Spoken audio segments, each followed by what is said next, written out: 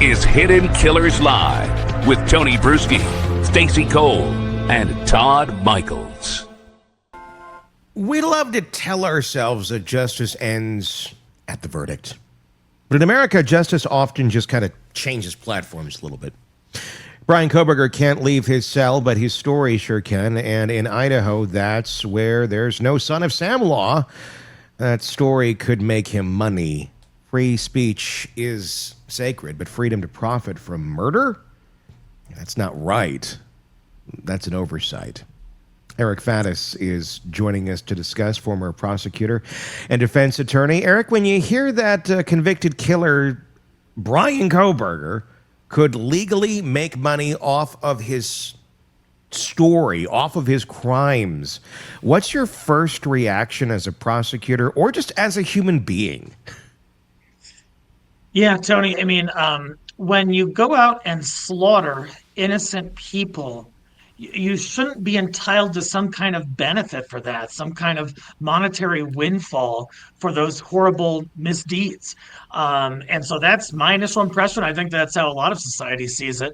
On the other hand, there are interests regarding free speech and that kind of thing. And so it's sort of a balance that the courts and legislators have to look into. And it looks like it wasn't adequately looked into, at least in Ohio. And the thing is, with the Son of Sam laws, it's kind of a quilt of it across the United States. Every pattern, every square, a little bit different in terms of what it allows for and what it doesn't allow for. And some patches of that quilt are just blank.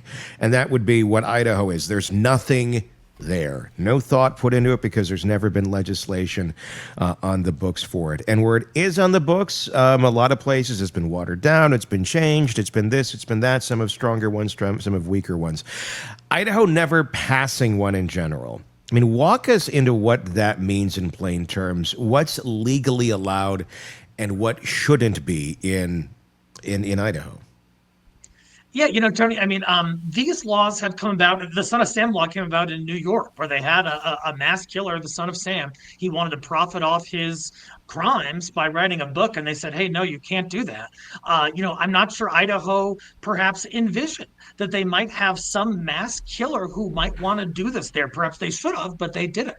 What it means, Tony, is that at least as the law stands right now, Kohberger could write a book, he could write a tell-all, he could receive monies from that tell-all, and that could make his lifestyle better while in prison for the rest of his life, substantially better, potentially. Can we talk about what that means? Sorry about that, Tony. Can we talk about what that would mean for his life in prison? If he's got more money, how much of that would he even be able to use? Would it even be worth it to him? Stacey, I think it would because, there are a number of ways you can improve your situation while in prison. One is just through basic commissary. He would have the ability to kind of purchase the goods that he wanted, higher end food items. One thing that can do is that can be used as money in prison, and he can make trades. He can gain loyalty and power and influence potentially, and protection as well. On top of that, he could send money to other inmates.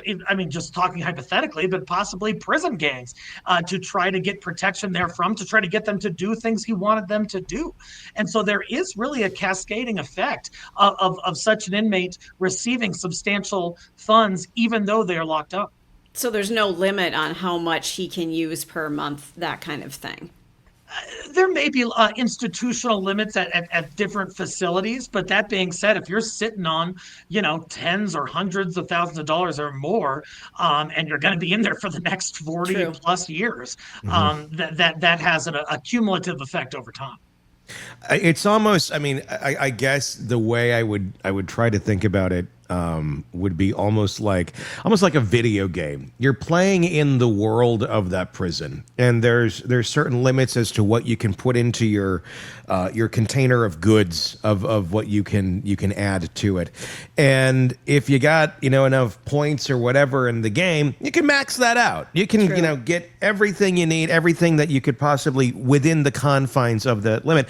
So it's not like he's going to necessarily be buying a Rolls Royce and be going around the prison yard, but he could have whatever top items there are, and all of them, and use that as currency, and use that as status, and use that as comfort. I think at the end of the day, I think that's the biggest thing that people are angry at, is the idea that he can still maintain some level of comfort behind bars. Let's speak to that a little bit, because there are limits, like you said, in prison cells of what you can and can't have. I mean, what's been your experience when you've had clients, or you've dealt with folks that have been behind bars?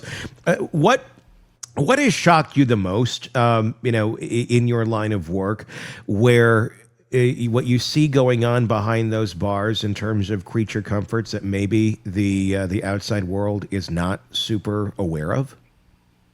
Within those prison walls, within jail walls, and any sort of correctional institution, you'd be surprised how valuable like a honey bun is, or how these folks.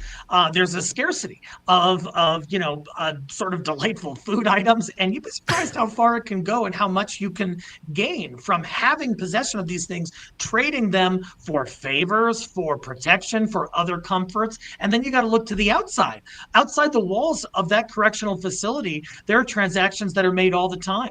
There are agreements that are brokered within the facility, such that a person who has funds might send some of those funds, or direct them to be sent to an inmate's family outside, or an inmate's friends or gang members potentially, to pay their bonds, to pay for legal fees. There are all sorts of transactions that happen outside the prison walls as well, that are contemplated by a prisoner who acquires substantial monies. How is it that we have a state like this? Because it's not like Idaho is short on crime.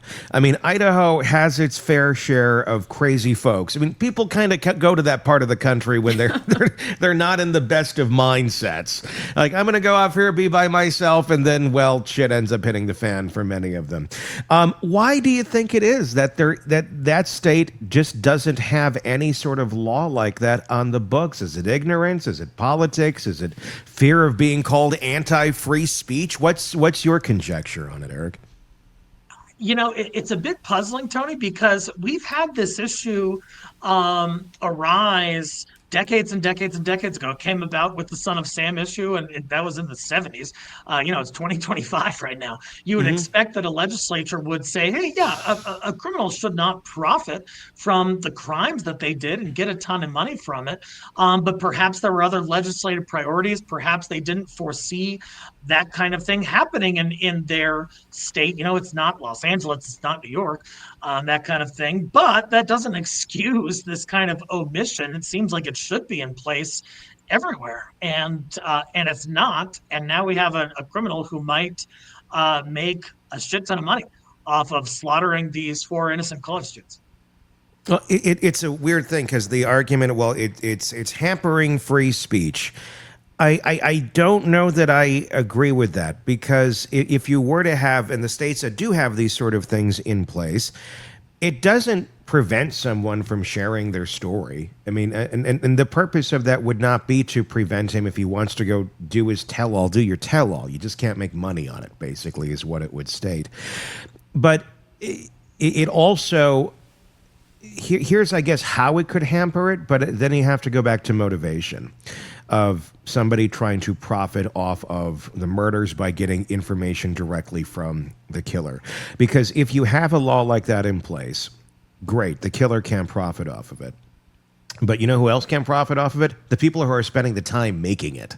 So the creator, if you will, that wants to go in and do the tell-all story with Bryan Kohberger also couldn't take that information, couldn't take whatever they gleaned off of him, and then go and write the book and publish it, because and then profit from it, because that would have been directly from him, from what he has contractually agreed to give that creator. So that pretty much takes away the incentive, if you will, for any sort of creator, publisher, whatever, from wanting to go in and have that conversation, because it's not profitable. And at the end of the day, that's what drives all of it. People are going to want to make some money if they're going to put their time at it. So at the end, then, Nobody wants to tell the story because nobody's making money. But is that story worth being told at some point in time? I guess that is the conundrum and where the free speech argument comes in. What's your thoughts on that kind of vicious circle that creates?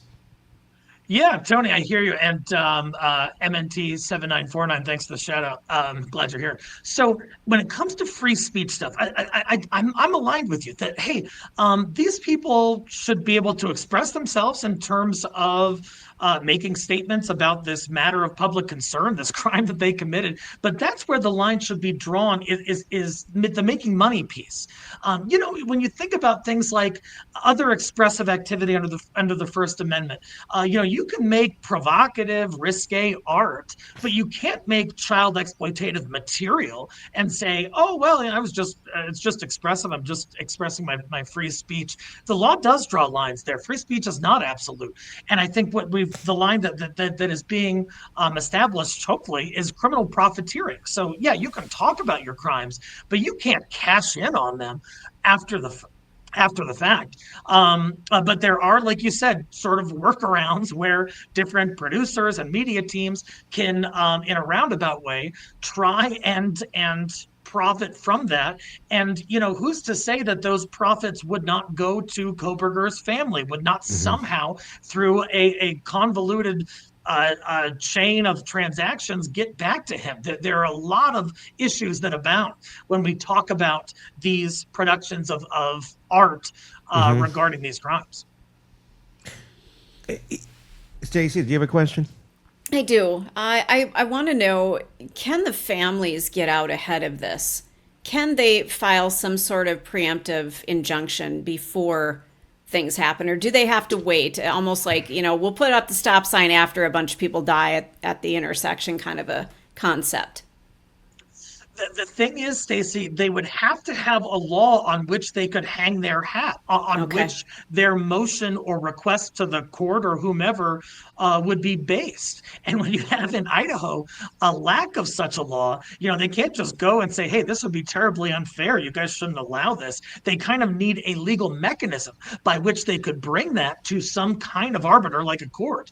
And no such legal mechanism appears to exist in Idaho. So the family do have other roundabout civil remedies that they could try to sort of obstruct Kohberger's ability to get money from this. But in terms of a direct legal path to say, hey, stop this guy, I don't think they got it. Damn it. I mean, how has this worked in other states when they are realizing, oh shit, this guy could start making some money on this? Obviously, if there is legislation in place, it's there. But is this something where they can get out ahead of it in other ways in terms of getting something in place? And if they were to say get some sort of legislation in place that says you can't profit from this, would it be applicable to only cases going forward after that, or would it be applicable retroactively towards Kohberger? So that would depend in part on the nature of the legislation, the provisions therein. Legislators can put in provisions for retroactive application, and there are sometimes some legal challenges to such a provision.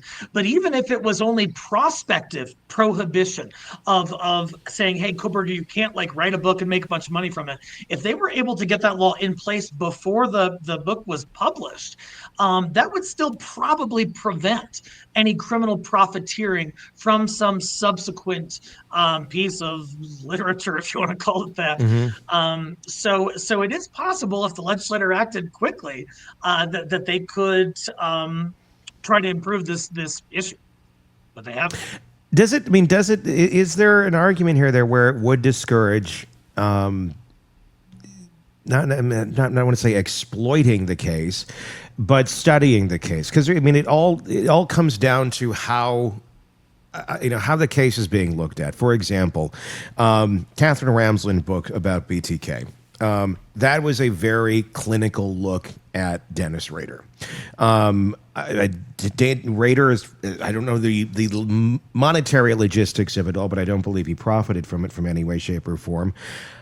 I'm going out on a limb and guessing she did, because she's a clinical psychologist, a forensic psychologist, and I'm not saying that's wrong that she did. She's doing this from a very clinical type place. She's not coming to it from a a creator, a podcaster, a whatever, a News Nation, whatever it may be.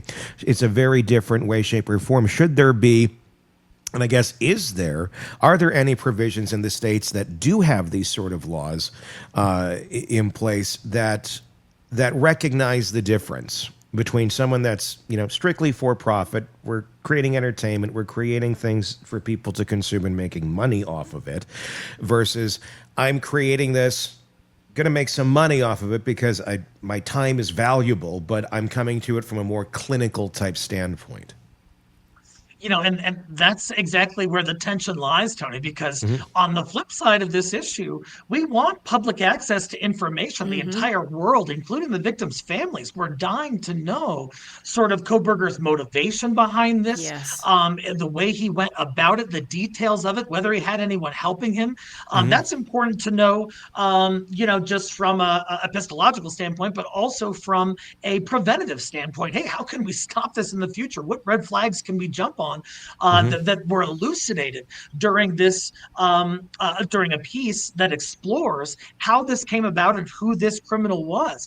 That's certainly important. And I think really that the line that's trying to be drawn is that criminal profiteering line, where they're saying, hey, you can investigate, you can do a social sciences exploration of what happened here, but Kohberger can't be receiving funds directly from it. But then there's always the potential workaround of him indirectly receiving some kind of benefit.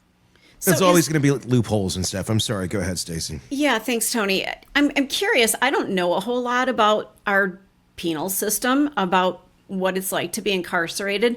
Somebody like Kohberger, where he just said, okay, I'm guilty. We're going to skip the trial. We're not going to see what I did. We're not going to see my motivation. Can they send somebody in to evaluate him and get these details? They've got some of them, obviously, but to actually release them as data for prevention, things like that, to maybe circumvent writing a book, that here is his case study. We went in, we figured out what was going on with him, and here are the facts. Stacey, I'm not aware of any legal impediment to someone going in and trying to do that, except that you have to have the declarant's cooperation. You have to have the criminal's cooperation. And so how do you get that? Is he going to do it out of the goodness of his heart? But he likes the limelight, though. He likes the spotlight. He may like to be featured in some scientific article. So if you took it from that aspect, he might jump all over it. All about the approach. How you pitch it, basically. How you pitch it to him. Completely true, because in part, as you know, Stacey, he was a PhD student. He at least has some ostensible interest in the scientific studies, and so perhaps you could persuade him to do it. But if he's like, I'll do it, I'll give you an interview for $5,000, that's going to be a non-starter. And that's the thing. If you were to go into him and you were to pitch it as this is for science, it's like the Michael Scott check. I'm writing this out to science. It's maybe you could sway him, but if there's an option of, why would I give it to you when there's this other creator over here who's willing to give me all this and basically keep my canteen filled for life? Why would I give it to you when I could give it to them? At the end of the day, they don't care. The information is going to get out in some way, shape, or form. That's why it's important to have something in place. So there is less choice. If you want to tell your story, you can tell your story, but you're not going to only take the paying options here to do it. You've lost that ability when you were found guilty or you admitted guilt in this case. Why is it, do you think, Eric, that we don't have national laws on this? Why? I mean, is this something that needs to be state by state? Because we have obviously judicial systems that are based state by state. Obviously, we have national charges too. Or federal charges, or you have state charges, and then everybody's in on different types of charges. So would it be difficult to basically have a federal mandate that says, well, this is how this works, if they're in on a state charge like Kohberger is?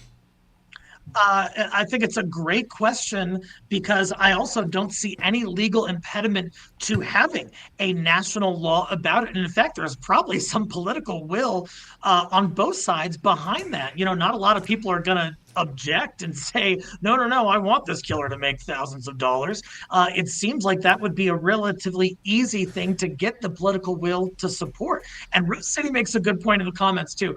She mentioned that Kohberger didn't share his motive and he will use that for a cash grab later. That was my suspicion. When such provision was not included in the plea agreement, they could have said, hey, in order to get death penalty off the table, you got to tell us your motivation why you did this. They did not include that. And I was wondering if Kohberger was keeping that close to the vest for a possible payout down the road. Why do you think they did that from a legal standpoint? Why on earth do you think the DA, who I've called Santa Claus several times on this because he has the Santa Claus beard, why do you think they didn't put that in there? The families wanted it. I think the public wanted it. I think humanity wanted it. Was that, I mean, it's quite an oversight to say it's just an oversight, but why on earth do you think that they did not make him talk? If you want to take this plea, great, but you're going to talk like they did with Rader, like they've done with others. With him, it does feel like he got off way too easy without having to say anything. I don't know. Was it just the lack of motivation on the part of the DA or the prosecutor? I don't know. What's your take on that? It's hard to say. I can only speculate, but I'm wondering, that's not a terribly common provision to be in plea agreements where the defendant has to give his reasons for what he did and talk about his motivation. However, it's not unprecedented. Like you said, it's happened before. They can build that into the plea agreement. I don't see any constitutional issue with that at all. And, if you want the death penalty off the table, why don't you come and at least tell these families, give them some peace of mind as to what happened and why you did this. I'm wondering if the prosecution was just sort of getting close to the trial. Was going to be a huge nationally publicized thing, a lot of pressure, a lot of stress. And I'm wondering if they went to Kohberger and said, hey, we want this provision in there. And he said, I'll plead guilty to the 4 murders, but I'm not doing that provision. And they said, well, this is the best outcome we're going to get aside from going to trial, so we'll take it. Yeah. So they should have called his bluff on that. I mean, at the end of the day, yeah, I mean, I just that I think will always, I know it's bothered so many people, and I think is one of the biggest mistakes in the way that case was handled. The reality is with all this, even if there is a law that's in place, even if there is some motivation here, and hope to God there is, so if there's any case that would drive some sort of legislation to be in place fairly quickly, I would think this might be the case for Idaho to get something on the books. Yeah. But at the end of the day, even if that is on the books, it doesn't stop anyone from going, I'm going to go fill Kohberger's canteen. And the reality is that is happening right as we speak. That's kind of what brought this conversation to light, is there's still a lot of pro-burgers out there. And I mean, there always has been these people. This goes back, as long as someone's been incarcerated, there's been some whack jobs out there that want to get married to them and somehow think they're innocent. And, they exist. I mean, to me, it's like, see something, say something. Those are the unstable folks. Maybe we should lock up as well, because there's something wrong with you if this is what you're doing. But we don't live in that type of society. That would be the Tony land, which I don't think anybody wants to live in other than me. But the thing is, people can do that right now. There's nothing in place stopping that. Should there be something in place that stops the general public from having that ability to just on a whim go to the prison's website or however the hell they do it, and dropping money into the canteen of somebody that they feel sympathetic to? Or should that be limited to direct family or things of that nature? I'm not saying it has to be impossible for that to happen from the outside. They are human beings. There should be some level of this of where you could help someone that maybe be blood connected to you, but I don't know what that line is or where you would actually put that. This is really a possibility, Tony. I didn't know this. That you can do it right now. That's what brought this conversation on. But I get that. But like, you and I could just go put money in his canteen. Yes, we could. Do it for anybody. You could propose marriage to him right now, Stacey. That will never happen. I'm not saying you would, but I'm saying you could. Are you sure? Todd, you shut your hole. Your word hole needs to be quiet. How much have you put in Luigi's canteen so far? The guy works out. He's stacked. Okay, That's back it up. Hit the button. Yes. Okay. But I had no idea that the general. Thank you, Todd. Yep. The general public, for any inmate, could do that. I knew that people were giving money to Kohberger, but I thought maybe that was just people who were in his family, that kind of thing. I didn't realize that it was general public that could go and say, you know what, I've got an extra $40 this month. And unfortunately, that's what's happening right now with Bryan Kohberger. And that's just sickening. How is that even possible? Again, like you said, Tony, these people are human. They do deserve basic things. But where are we drawing the line here, folks? It's like the more infamous you are, the more you're going to get. Yeah. Yeah, it's definitely something that can be done right now. Luigi Mangione is getting a ton of love while incarcerated, pending his charges, and it'd be really a sticky situation to try and have a law that says, hey, Joe Smith, who lives in Idaho, you can do pretty much whatever you want with your money, but you can't give it to this guy. And Joe Smith might say, hey, what the heck? I see this differently. I think that the guy is innocent, or whatever they might think. And people are entitled to have, positions that are wrong and to take action on those positions. So I think the workability and the enforcement of such a law would be problematic. However, I think you could probably prohibit funding any sort of criminal profiteering, but then how do you distinguish, hey, no, I was just giving him money for the honey buns and not this, to set up this future media piece he wants to do? That would be tough as well. Well, I mean, and maybe that the policing of it is what it is. It is limited. There is only so much you can spend on your canteen on a weekly basis or day or whatever it is. Most prison systems do have that, where it's X amount. You can't buy out the fucking canteen. Right. You can't have $100,000 sitting there and then become the canteen. Yeah. Because if you had that, then that you could do that. If you have endless funds, I'm going to buy everything, and then you can jack up the price and then resell it from your cell, or get shanked and have somebody steal it all from you. But I mean, that's where the regulation does come into place. But then it does give them an endless supply of whatever they want, within the means of that system. I don't know that there is a true mechanism that would truly stop this, because when you say, if you were to look at this case, Kohberger, you go, yes, heartless, evil bastard, no food for you. But that's my opinion. That's pretty much, I think healthy society as a whole's opinion. But how do you regulate it? How do you say, well, this guy is like this, but this guy who's also in here is like this? But if there's empathy over here for this person, maybe a lesser crime, how do you distinguish the two? You really can't, and say, well, because this person gets this, then you can't get this. It creates far more issues than it actually solves, I think, at the end of the day. And then we get lost in the minutia and the chaos.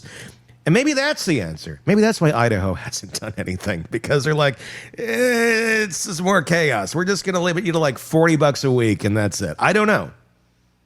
If I may, there's one way that could help prevent Kohberger from criminally profiteering from this, and it's sort of referenced in a comment from Shanna Edwards. So sorry for the loss of your niece, where she says the defendant was ordered to pay what he owed from his own funds in his commissary, and that is what could happen here if the families sue Kohberger for wrongful death and prevail. Then they would have a judgment against him. And then any funds going to him could be subject to garnishment or complete depletion based on this outstanding amount that he owes. So even though you can't do it in a direct or it'd be hard to do it in a direct legislative way, you can do it in this roundabout civil revenue way. And I imagine the victims' families are thinking of doing just that. Well, I mean, And that's how it works right now with the judgments, and that's why Kohberger is making that argument in court of, well, these families are made whole by GoFundMe, so I shouldn't have to pay anything in judgment. Right. Like, no, you should, because the way it's currently structured is 20% of whatever is in that account that you have is going directly back to the families to pay that restitution. Lori Vallow-Daybell trying to make the same argument, going, I'm in prison, I don't have any money. Well, guess what? Any money that does go into that account, 20% has to go back. And that's just how it's structured. One could argue, well, maybe it should be 100%, maybe it should be 80%, maybe it should be whatever. I feel like it should be a hell of a lot higher than 20%. But essentially, it's like wage garnishment at that point. And that's really what it is. But when you're behind bars for something like this, naturally we want to see the person burn. And we want to have very, very little leeway, very little room for comforts. But again, that is how our system works. And that is why they are arguing, why am I paying these why should I have to pay? You're getting paid this or that. Because it's on you. Because someone paying your fees doesn't wipe your responsibility off for it. But with that being said, again, there is this something that because every state, every system is so different, do we really need some sort of just national guideline, some sort of national law that says, here's how it works in this country? Would that fix a lot of these state-to-state issues? I think totally. And when we're talking about, what laws ought to be federal, what laws ought to be state by state, if it's a matter of a local concern, for example, when it comes to certain agricultural practices or certain mining practices, natural resource practices, that kind of thing. That's kind of a state-to-state thing. So, some localities might say, hey, this industry helps our state and we want this kind of mining, whereas a second locale might say, hey, we don't want that. And that's a state-by-state issue. But here, there's no such matter of local concern that would dictate that such a prohibition should be state-by-state. It seems like criminal profiteering is wrong, any which way you look at it, no matter what state you're in, which would militate in favor of some sort of federal legislation. Damn it. So it's a messy one. Because it's easy to go down the road of emotion on this, but then you got to look at the bigger picture. How would this, you legislate? You can't just legislate for one inmate, and Right. that's the reality of it. So is it good for the greater good, or is this just legislating out of vindictiveness towards one person? Because that's never going to be an effective route of doing anything. I also wonder, I just want to throw this in. I Yeah. also wonder how much Kohberger, whether there's money involved or not, would just want to do this to get back at the families and feel some sort of control over the way this thing all laid out. That's a great you point. I think that's what it's all about at the end. It's all about Yeah. control. That's the one thing that feeds him, and this is the one little place he still has ability to have some control in, unless there is some action taken. So if anybody is angry about this right now and you are in Idaho, you got to call your legislators. Yeah. You got to let them know you want something to change, because they're not going to listen to people from outside of Idaho, number one. If you're in Idaho and you think this is crazy, then do something about it. Do something about it. Be on offense. Let's not be reactionary on this. Let's try and do something about it. You're not going to solve everything. A roadblock is a roadblock. A speed bump is a speed bump. It's better than nothing. And it feels like there should be something there, because right now it's pretty much free game for Bryan Kohberger if he wants to make some money on this, which is pretty sick. But it is reality, and it's good with dealing with reality on reality's terms. Want more on this case and others? Then press subscribe now and don't miss a moment of true crime coverage from Tony Brueski and the Hidden Killers podcast.